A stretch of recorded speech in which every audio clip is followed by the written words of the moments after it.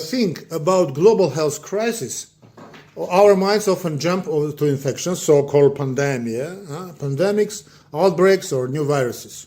No, let's forget about these histories, fairy tales. But here is the most interesting point. Cardiovascular disease kill more people every year than all infectious diseases combined. In 2022 alone, an estimated 20 million people died from cardiovascular diseases. That's 1/3 of all global death.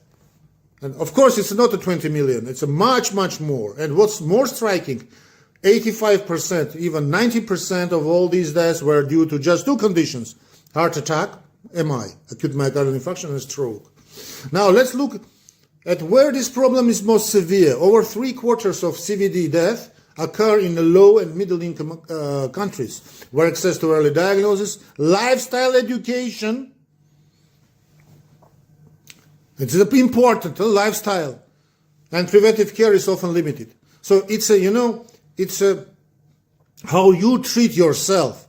Because when people have low money, short of money, they don't think about their health. And it's a great error. Our health is gift of our God, Jesus Christ. So if you don't respect your health, means you don't respect your God. Or you don't respect your friends, you don't respect your neighbor, you don't respect your family members. So CVD is not only a medical issue at all, it's all a matter of social and economical inequality. So what's fascinating and tragic is that most of these deaths are preventable. We already know that the key culprits: tobacco use, unhealthy diet, high in sugar and processed foods, physical inactivity, the most principal and harmful, alcohol of street drugs. Well, actually, it's not harmful. It's no abuse of alcohol and using this street drug shit.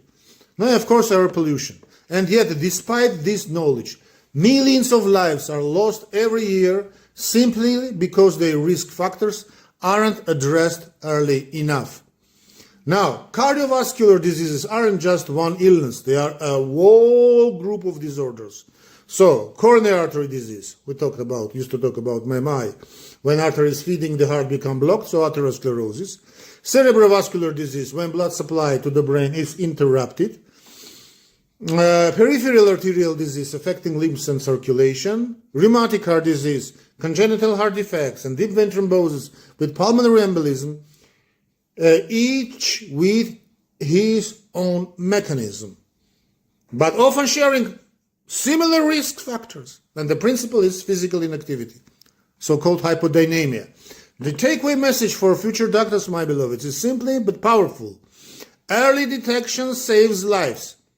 Actually, one question is, it's a lifestyle. Healthy lifestyle is an answer for all pathological conditions with grace of our Jesus Christ, by the grace of Jesus Christ. So CVDs can often be prevented or controlled through early lifestyle interventions and optimal medical management.